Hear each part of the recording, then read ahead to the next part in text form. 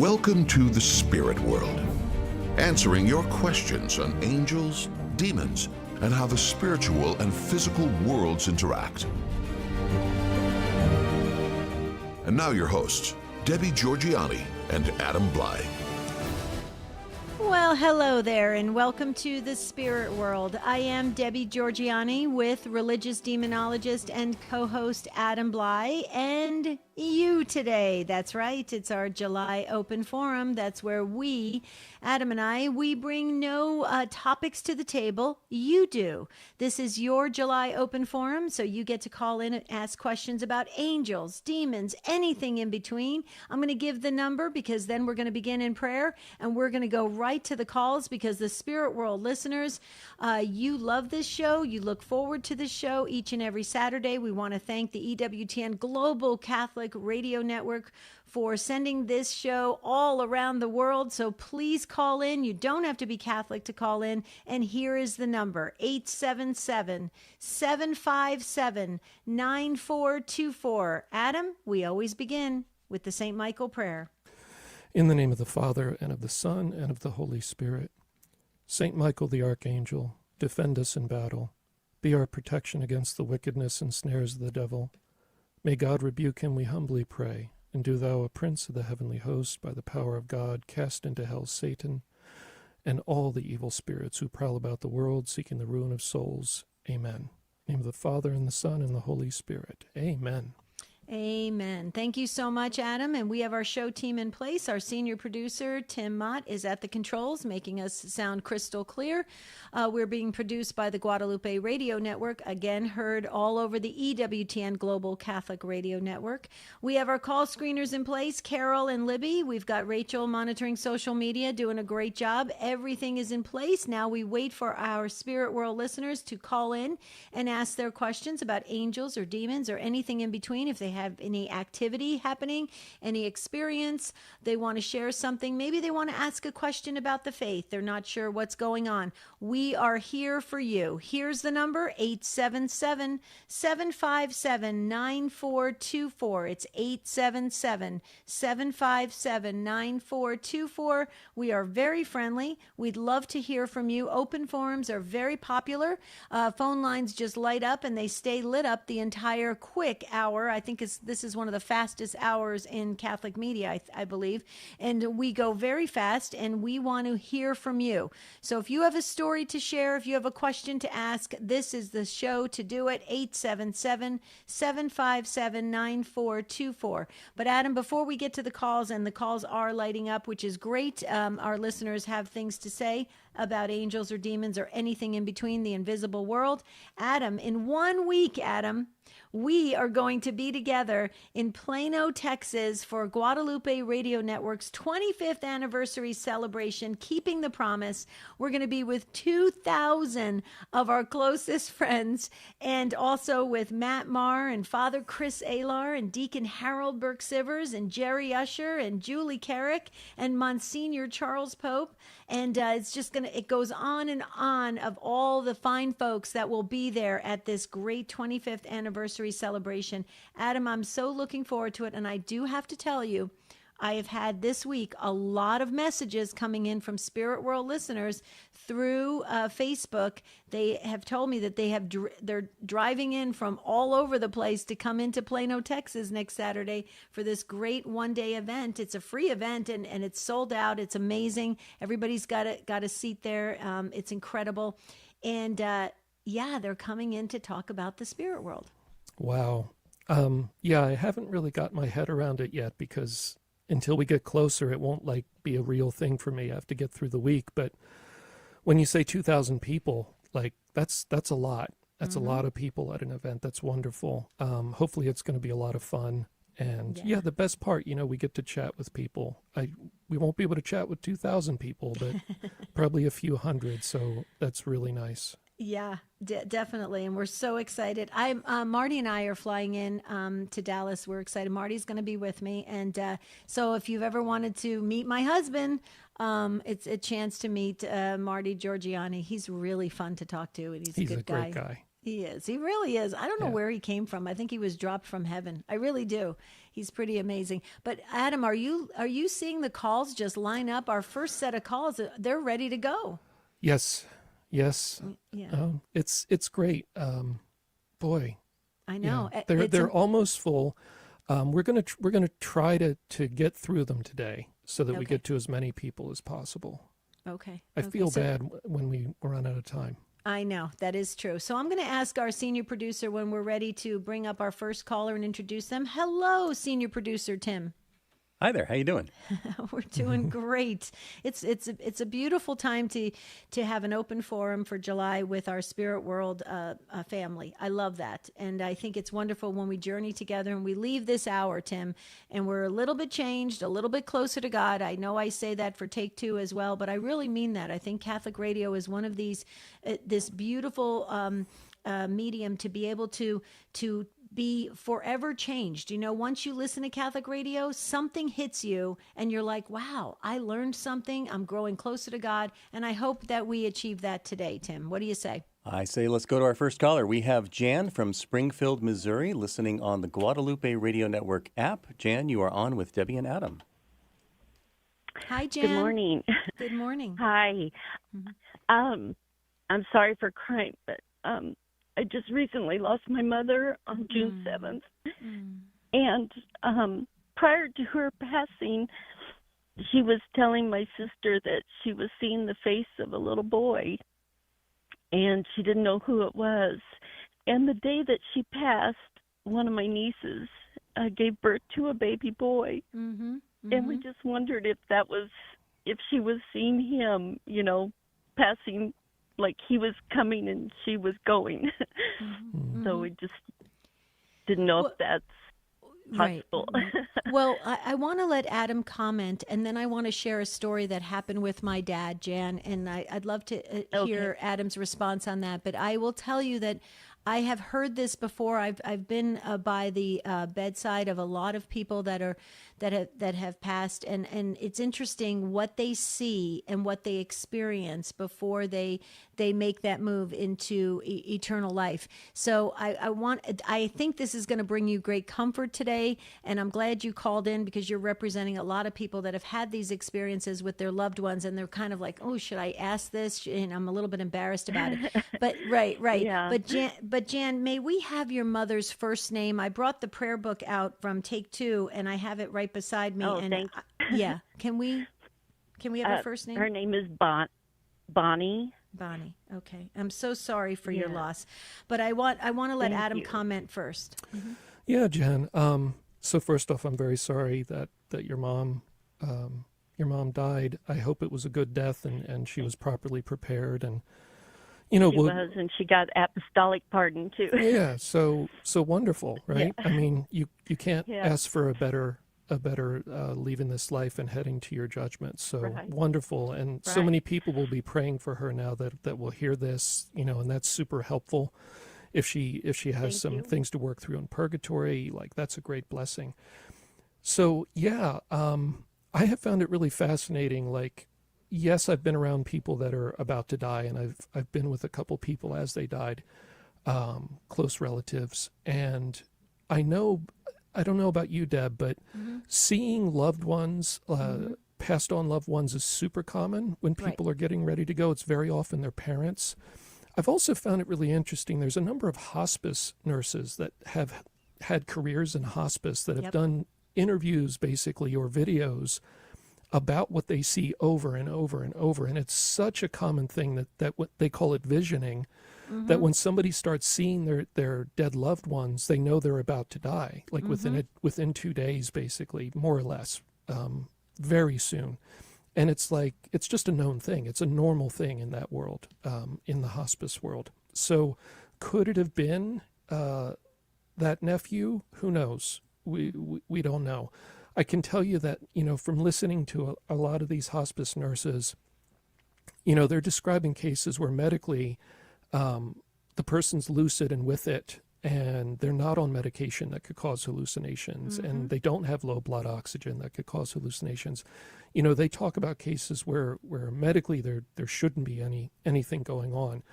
So you don't want to just dismiss it and wave your hand and say, oh, that's just because the body's dying. The person's lucid otherwise and intact. Right. So I would just take comfort in that. It could have been a loved one from the family that died young. That's a possibility too. That's exactly what I want to share. So Jan, let me share this with you because it was so obvious to us in our family.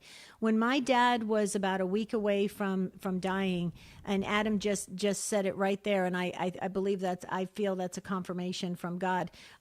My dad, he was totally aware of everything. He wasn't on any kind of medication, anything. I mean, he was totally with it, and he was communicating well.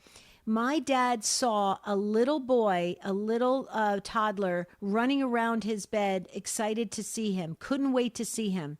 And he kept running around the bed, and he would say to my mother, my mother, he'd say, Connie, my mother's name was Connie. He'd say, Connie, who is this little kid that's in the room? And my mother would say, there's no one here. He says, I'm not going crazy. There's a little kid here. He's excited to meet me. It was so obvious, Jan, to us as a family. My dad's brother died at 2 years old, and my dad always wanted to meet his brother. He always wanted to meet him, and we believe that little boy that was running around his bed, waiting and so excited to see him, was his little brother. Yes. Yes. Oh my gosh. Yes. Yeah. And here's That's the thing, beautiful. Jan. Here's the thing, Jan. When you have stories like this from people who, like my dad was so logical, my dad never made up things. He never embellished things. He never did anything like that. He was very practical. And I mean, for them to be so certain that they see this or they know, the invisible world, we have to believe. I mean, it's just important for us to enter in with those spiritual eyes and understand that it's a much bigger world out there than what we're living in. What do you say, Adam? Yeah, this is one of the places where, it happens with people with near-death experiences too. They tend to, the curtain's kind of partly pulled back between the physical and the spiritual. And they see things that, like the example you gave, Deb, later gets confirmed, like that makes sense. Yeah.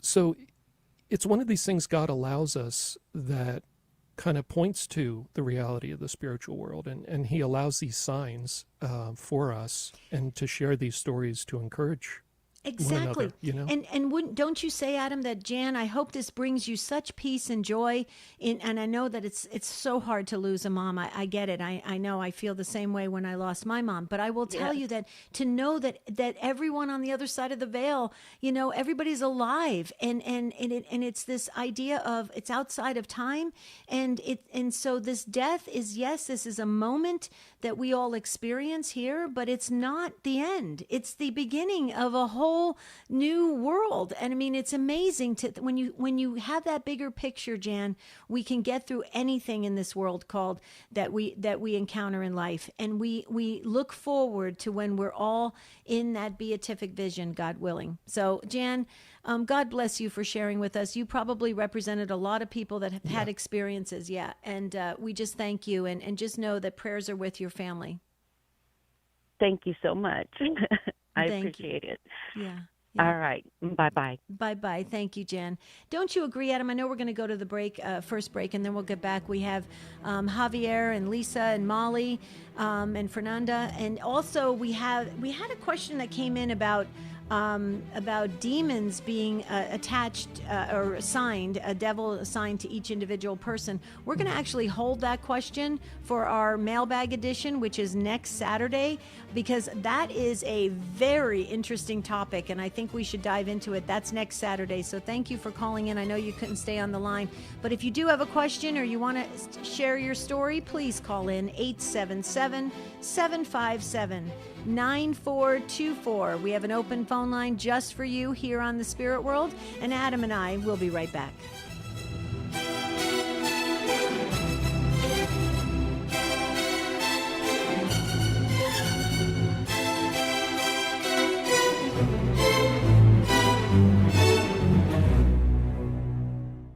This program is sponsored in part by Saint Candles. Founded by a music executive to comfort a friend diagnosed with a life-threatening illness, the Saint Candle Collection has grown to more than 25 candles. Each modern candle is handmade with a prayer coin inside and dedicated to a patron saint. Saint Raphael for healing, Saint Philomena for children, Saint Anthony of Padua, and many more as well. To see which saint candles are available, visit saintcandles.com. This is a Messy Family Minute with Mike and Alicia Hernan. When people ask us about the goal of our family ministry, our answer is simple: world domination. Not by having a prolific family, although that's one way to do it, but by simply proclaiming Jesus Christ is the king of every family. This kingship is lived out through love between spouses and all family members that flows out of our love for the Lord. Where does this plan for world domination start? Jesus had made it easy by giving us the devotion to his sacred heart. When a family puts the image of the all-loving heart of Jesus in a place of honor within their home, Jesus promised they would receive heavenly graces in abundance. Grace that would bring peace to their homes, console them in difficulties, and shed blessings on all their undertakings. All of this just for proclaiming him King of the family. A great day to do this is on June 19th, the Feast of the Sacred Heart. To learn more about how to make Christ the king of your home, visit us at messyfamilyminute.org.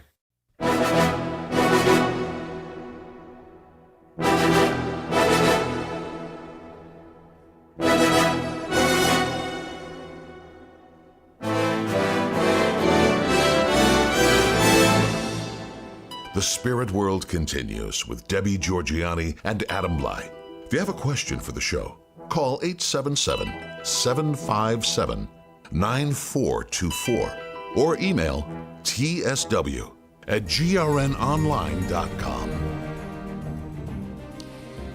Okay, we are back with our open forum for July, and we're so glad that you are calling in and sharing your stories, your questions, and very important.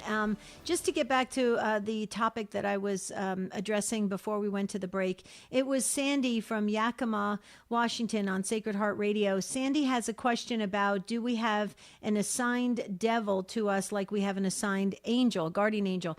Sandy, that is a very important question, and that is coming up quite frequently now. And so Adam and I will address that on next Saturday on our mailbag edition. Why? Because that's going to take a whole segment to talk about. I have a real problem with this being circulated like this, Adam. And not from Sandy. Sandy's asking a great question, but I will tell you that it's coming up in a lot of talks on angels and demons. People are very frightened that they have a guardian angel on one shoulder and a demon on the other. They're not liking that feeling. So Adam and I are going to address this, Sandy, next Saturday on our mailbag edition. It'll be our first question that we will answer. So just wanted you to be ready for that, because we do have almost full phone lines. We're waiting for that last open phone line to be filled at 877-757-9424. Adam, before we ask our senior producer, Tim, to bring up the next caller on air with us, do you have any more comments about Jan from Springfield, Missouri, about this beautiful situation where loved ones who are passing, they are already encountering, everything outside of time? It's really quite beautiful. Anything else you want to share?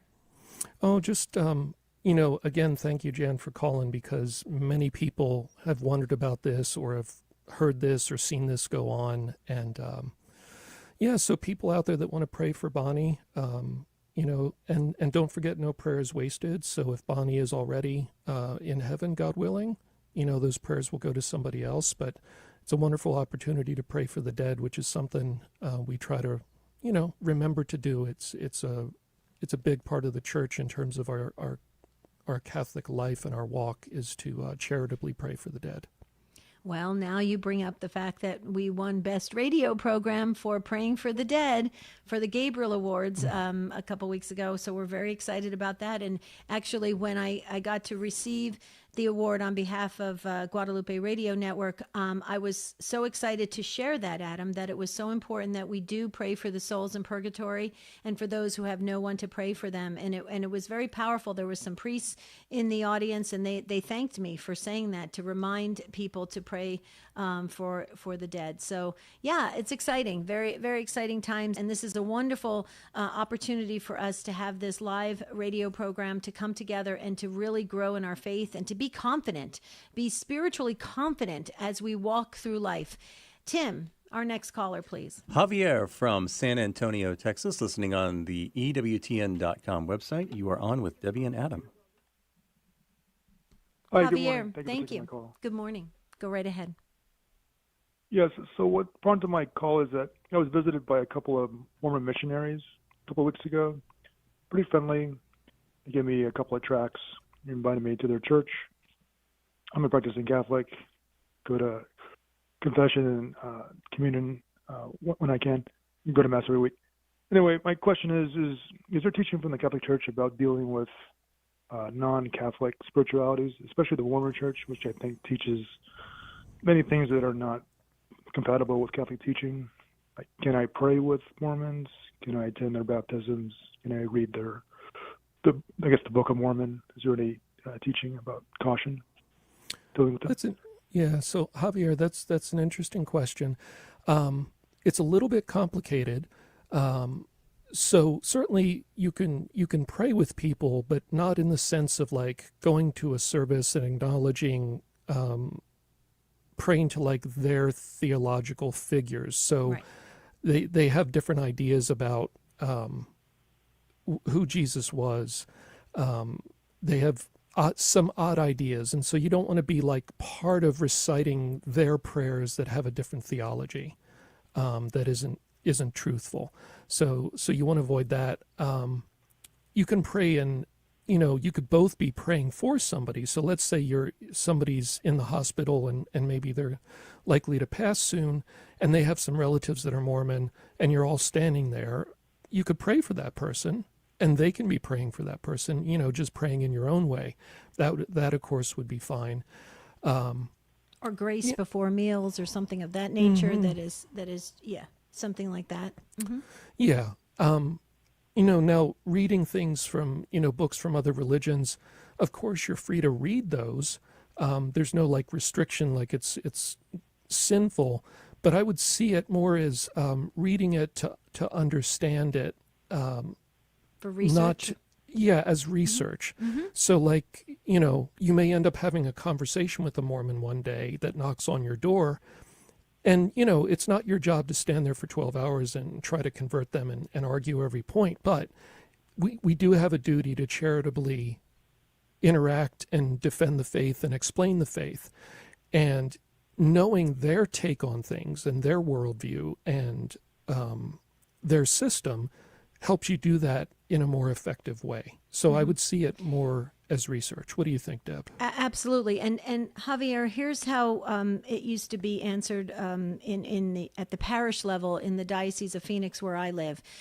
You live in San Antonio, Texas. I live in right outside of Phoenix, Arizona. And if you look up the LDS Church, the Latter-day Saints, the Mormon Church, you'll see that obviously in Salt Lake City, Utah is where their home base is. But also we have two huge temples in Arizona. We have one in Mesa, Arizona, one in Gilbert, Arizona, which I can actually almost see from my backyard. That's how close it is to where I live, Javier. So as you can tell, there's a very strong, very active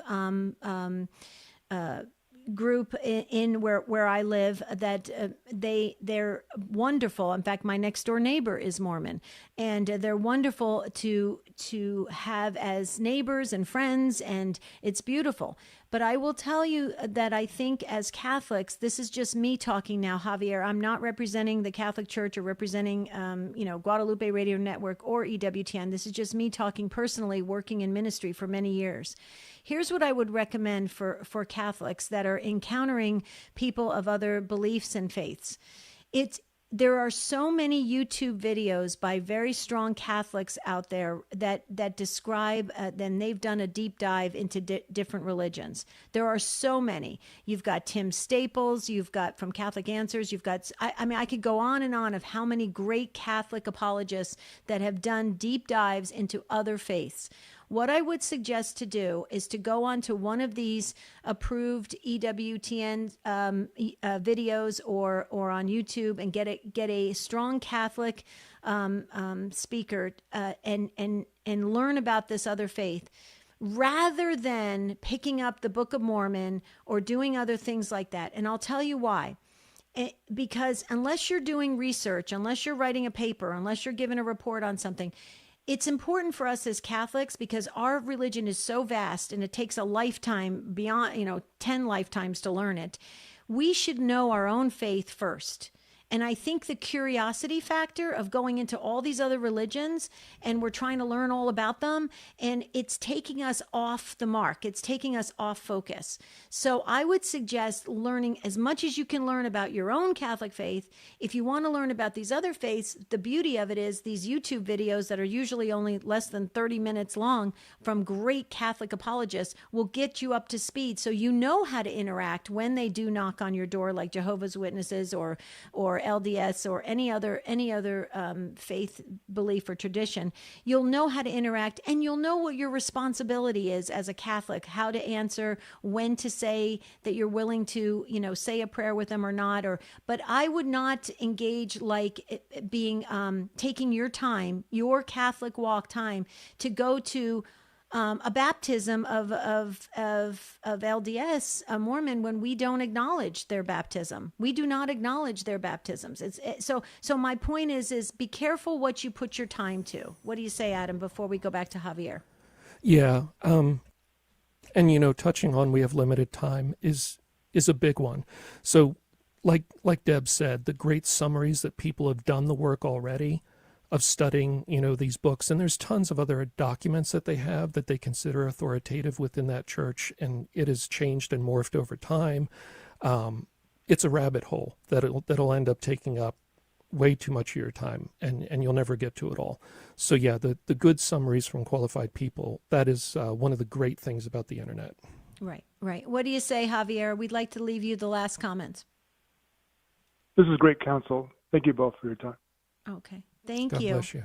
Thank you. I mean, I encounter it all the time. I mean, I literally this morning, there was a knock on my door from Jehovah's Witnesses. So, I mean, I get it. I understand that we are, and what is our role? What is our responsibility? But we do have to be careful with our time is precious, guys. And we're trying to get home to God. And so it's important to use your time wisely and to go as deep as you possibly can in your own Catholic faith and your own walk. I know you agree with that, Adam, because that's why we even started this show, right? Exactly. Yep. Okay, can we say hello to our next caller before we go to break, Tim? Sure. We have Molly from Buffalo, New York, listening on the Station of the Cross. Molly, you are on with Debbie and Adam. Hello there. Hi, Molly. How are you? We're great now that you called. Thank you so much. You go right ahead.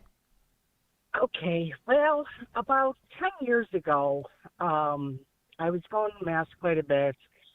I've been Catholic. I'm a cradle Catholic. But friends of mine asked me to go to church with them. And I ended up going to a Unity church. Okay. I didn't know what it was. And it went for about a year, like on and off. And they do meditations. And I send it to your spirits. Like lots of times out and have conversations. Like I was talking to Mother Mary or Jesus, and the spirit would come in. And for a while there, it was all nice and everything. And then a couple of years back, it got demonic, and the spirit said that they hated me, and that they were going to have the whole world scream at my head. They hated me until I went crazy. And I talked to Jeanette Williams about it. She said, "Don't talk to him." You know what I mean? But sometimes I'll be praying, and it comes in, and and it sounds like guidance that for the most part, but sometimes it's something else that comes in. So how do you stop from doing that if it starts?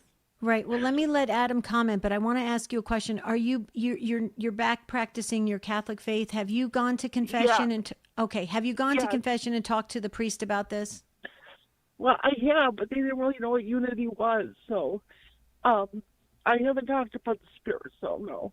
Oh, okay. Well, you do want to maybe make an appointment outside of confession and just talk to the priest about this and bring some information if he doesn't understand the Unity Church, but and what that opens up by way of New Age or occult practices or anything like that. So it might help to educate the priest. But also, Molly, you need to feel at peace with this. Molly, that's why I was waiting for Adam. I want Adam to comment after the break. Okay, this is very important, and I think what Molly is sharing can help others today who maybe been invited to other services, and this is kind of goes along even with what Javier said. So we're going to give Adam ample time to really answer this so we can put everybody's mind at ease, okay, when we come back from this break. This is the Spirit World. It's our open forum for July. We do have one open phone line at 877-757-9424, and please like us on Facebook at the Spirit World Podcast. We will post some additional articles after the show that can maybe help you to get further catechized, and we'll be right back.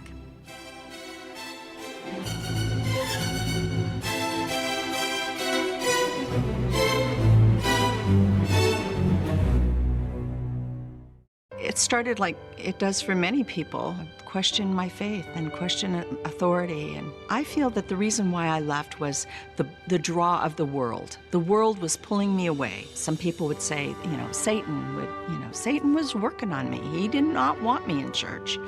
He wanted me to be desperate. He wanted me to have the thoughts of suicide. I started to realize that a lot of the things that I experienced in my life were a result of my rebellion against God and against authority.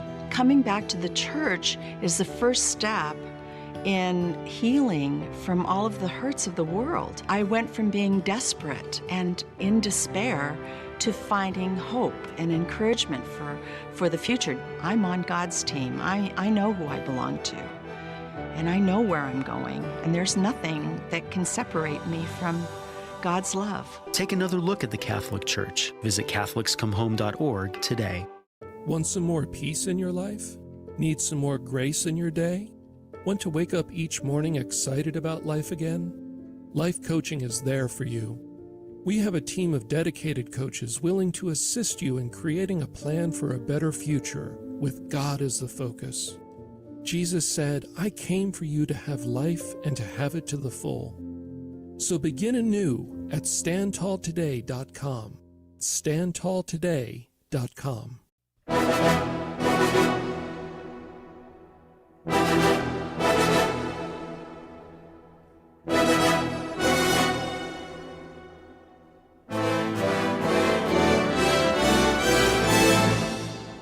The Spirit World continues with Debbie Georgiani and Adam Bly.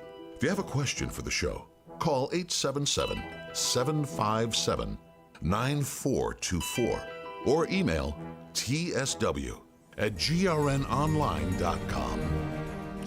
Okay, we are back for our open forum. We're going to go very fast now. We've got Molly from Buffalo, New York with us, who attended a Unity Church services, Adam, for I believe over a year, and now it's kind of staying with her in various ways, and it's really you can hear in her voice how emotional she is. This is bothersome to her because she is a Catholic, a practicing Catholic. So Adam, please address this when people do entertain an invitation when somebody says, "Hey, come to my church," or "Check this out," or "I want to invite you to this service." It can be very dangerous. Adam?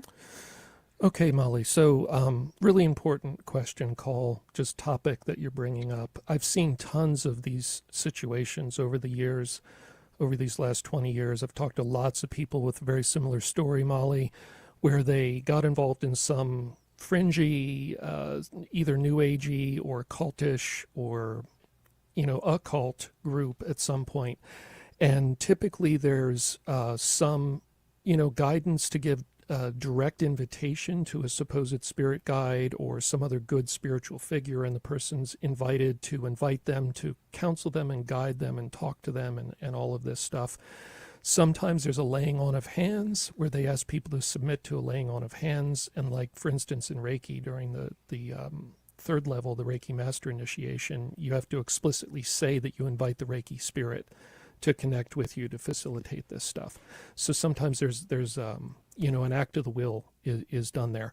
And they play nice for a while, so they'll pretend to be good, but then they start getting more and more bossy. And if you get around, the true faith and you go to church, they start getting angry and punishing you, and then pretty soon they're telling you to kill yourself all the time and that you're terrible and worthless. And it kind of spirals down into what they really are over time. So, of course, Molly, you want to rule out mental illness, which is just reasonable. So I don't know if you've talked with doctors and maybe just checked on that to check that off the list. I don't know what to say about it. They, have they tried medication with you? They have. It doesn't really have much of an effect. I mean, I can do it with the medication or without. I mean, it happens. All right. So, Molly, here's what you need to do. Number one, never talk to these things. Try not to respond to them at all. So, meaning if something's bothering you, talk to Jesus, talk to Mary. Do not respond to it. Don't even say, shut up and leave me alone. Talk to Jesus. Lord, I don't want this thing. Please make it go away. I only want you in my life. Whatever your prayer is, you're talking to God. You're talking, to a figure. You're talking to your patron saint. You're talking to a figure in heaven. Don't interact with them. So, Adam, just to be clear, if these things kind of creep up or kind of are a little bit haunting, never address them. Go straight to Jesus. Right. Okay. Exactly. And I always do. I'm always talking to the Mother Mary or Jesus when this happens. Great. It doesn't happen unless I'm talking to them. Right, because they're trying to interfere with that relationship with Jesus and Mary, because that's what's a threat to them. They want to keep you away from the truth. Okay, Molly, so the other piece that you need to do is you do need to talk with your priest about it, and if they're not comfortable with or know much about deliverance prayers, once you've talked to your pastor, and make sure you do that first, you can ask your pastor, is there some priest in the diocese that is specialized in this, that does know about it? That's right. And if he says, well, I don't really know, then you can, drop an email to the central office of your diocese, usually called the pastoral center, and say, hey, I'm in this situation. Do you have any priests in the diocese that are well versed in deliverance prayers? Because here's the thing, Molly. I don't know to what extent you opened the door back then when you were doing stuff with this Unity Church, but they probably guided you through, inviting a spirit guide to attach with you and guide you in some way. By that act of the will, you kind of let them into your life. It's going to take some direct prayer in most cases to command them to leave. So number one, you confess it and you say, and make sure you confess it like clearly, I did this, I made this invitation, I renounce it, I reject it, and I'm sorry, and I do that in sacramental confession. I do that in the reconciliation. And then you need deliverance prayers to command them to go. So it's kind of like, think of it this way, Molly.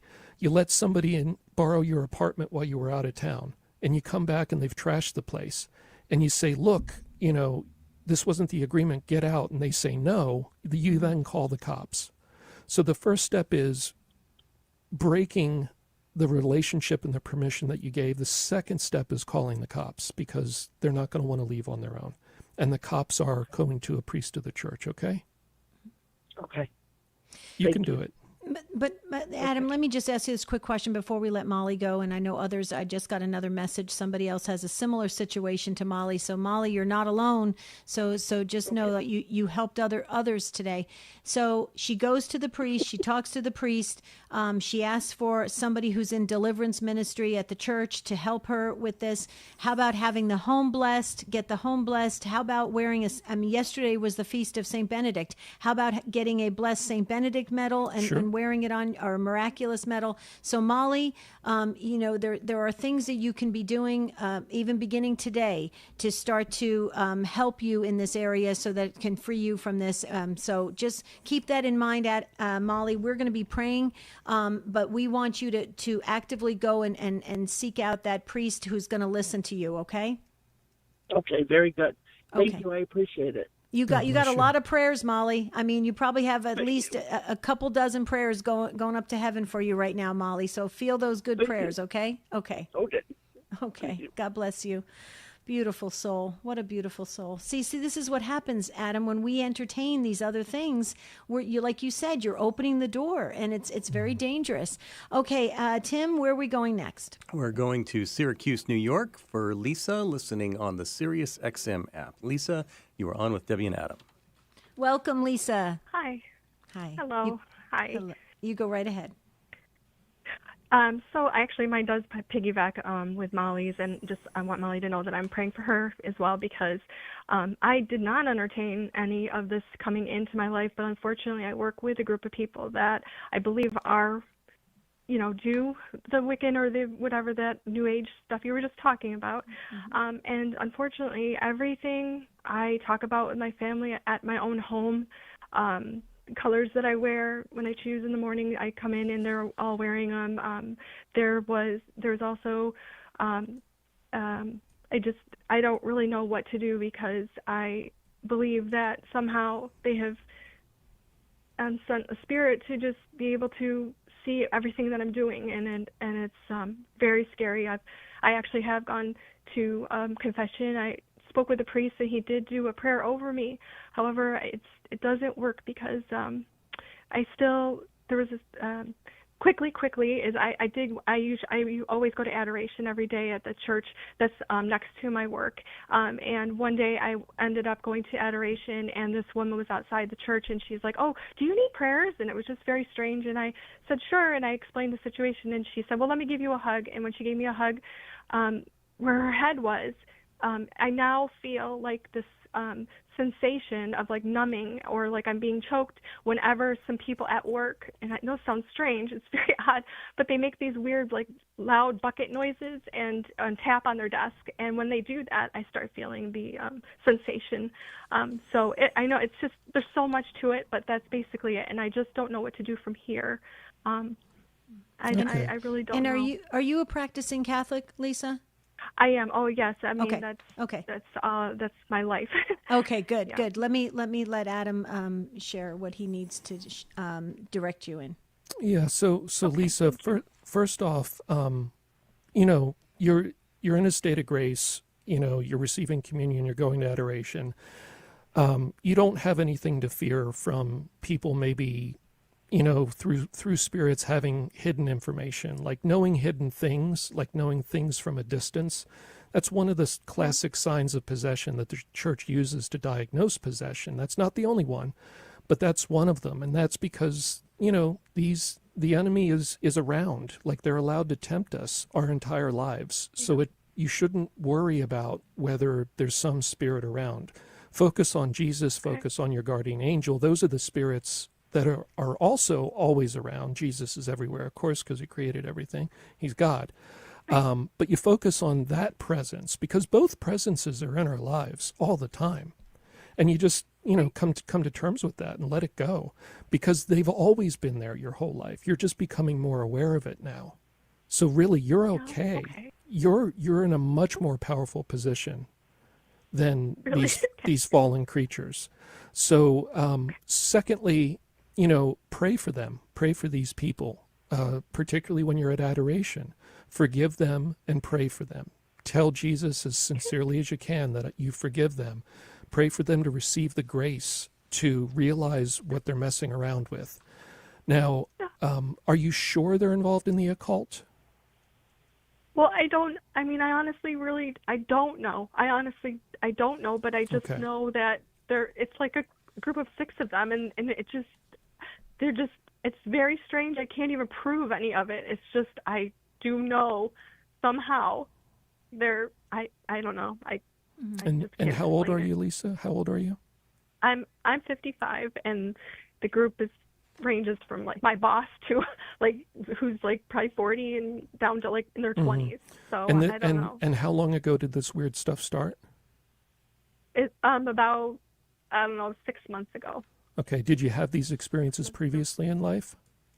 No, never. And I do know it started with this woman who wanted to befriend me at work, and I went to lunch with her once in a while, and like it was just odd. She would talk to like she was this, and then all of a sudden things started happening where she would repeat stuff maybe to like other people, and so like I distanced myself from her. But ever since I distanced myself from her, they like, you know, they creepily come by me. They go by my office all the time and stare in at me, and like I said, they make these noises, and I get that sensation of that, and then they have conversations where they're repeating exactly what I said the night before, and they're wearing the same exact colors that I wear every day I come into work. Okay, Lisa. So given your age and that this just started and you didn't have these odd experiences before, it's much less likely that that's mental illness or a brain issue coming on unless there's a new infection or something that just happened. So it's less likely that this is mental illness. Again, if all they have is they know some things about like the colors of the clothes you're going to wear, really that's no big deal. So what? The enemy knows those kind of things. That's not any great power over you. That's just playing games. That's just a parlor trick. Right. So don't let that faze you. Again, you know, forgiving and praying for them, like maybe, and I'm not saying you need to stay there and be in distress or anything, but Jesus has put you in this situation where you have an opportunity, you know, to really pray for these people, especially at adoration. Yeah, Adam. I was actually thinking that. Let me just add this to the conversation, Lisa, real quickly. I have a friend who a similar situation happened at work, and she chose to bring sacramentals very, very carefully into the workplace. And she would get there before everyone else, and she'd sprinkle holy water, and she would also have blessed salt. And she had. I'm sorry, Lisa. I actually do that. I have holy water, and every morning I spray it around my office. Good. Continue to do that, because it took about a month, and she felt it, everything calming down, and that was really powerful for her, and actually it gave her a lot of confidence to still stay in that workplace. I will tell you that there came a time where she was discerning getting out of that workplace. So I would also keep that as in mind too, Lisa, because this is one thing I just want to say to you, Lisa, just from as a life coaching standpoint. You know, you're spending most of your waking hours at work. You don't need this kind of stress and tension. It's going to take a toll on you. Okay, so if it continues, be praying or being open to possibly changing your line of work to get away from these people. Because when you say, Adam, I don't think that's healthy at all for her to be, 8 hours a day around these people. Yeah, and pray and ask God to open whatever door or through His providence, give you another situation if that's His will. Right. Okay. Yes, I will. Thank you so much. You guys have helped me so much. Thank you. Oh, absolutely. But Lisa, like Adam has taught me so. I mean, I'm so grateful to Adam when he says, Deb, these demons, these temptations are always going to be around you. It's what you focus on. So keep your focus on Jesus. Keep your focus on Mary, the angel, the holy angels, and the saints, and you can get through it, Lisa. You really can. Okay. So, and we're praying for you. And Molly called back, and she said she can relate to what you're saying to Lisa, and she thanks you for the prayers, and she's praying for you. So everybody's praying for each other now. Okay, Yay. Lisa. Good. Yes, exactly. Yeah, we got to stick together. Absolutely, Lisa. God bless you. Okay, Tim, we're going to get to our last caller today. Okay, we have... There we go. Last caller is Elizabeth from New York, listening on, actually watching our YouTube live. GRN Online is the YouTube channel. Here is Elizabeth. Beautiful. We wave to you, Elizabeth. Take it away. Hi, how are you? I called in last month. I was the one who was the ex-New Ager, and I found the St. Benedict medal. Mm-hmm. Yes, welcome back. Yes, thank you. Hi. Yeah. Thank you so much. So just, again, piggybacking on everything else, and also from the first, from what the first caller spoke about. And like I said, I've been involved in New Age, and I've stopped doing that. And Adam, I was actually reading your book, and you spoke about how you can acquire particular abilities when you're doing depending on how long you're involved in that life of the occult.